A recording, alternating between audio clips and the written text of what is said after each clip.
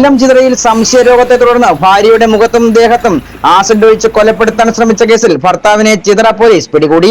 ചിതറ കല്ലുവെട്ടാംകുഴി വിഷ്ണു സദനത്തിൽ 40 വയസ്സുള്ള ബിജുവാണ് പോലീസിന്റെ പിടിയിലായത്.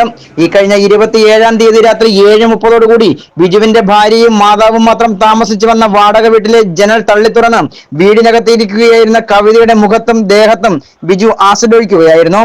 അതിനുശേഷം ബിജു ഓടി രക്ഷപ്പെട്ടു. തുടർന്ന് കവിതയുടെ മാതാവും അയൽവാസിയും ചേർന്ന് കവിതയെ കടയ്ക്കൽ താലൂക്ക് ആശുപത്രിയിൽ പ്രവേശിപ്പിച്ചു. ഏറെ നാളുകളായി ബിജുവും ഭാര്യയും മാതാവും ഒരുമിച്ചായിരുന്നു താമസിച്ചു വന്നത്.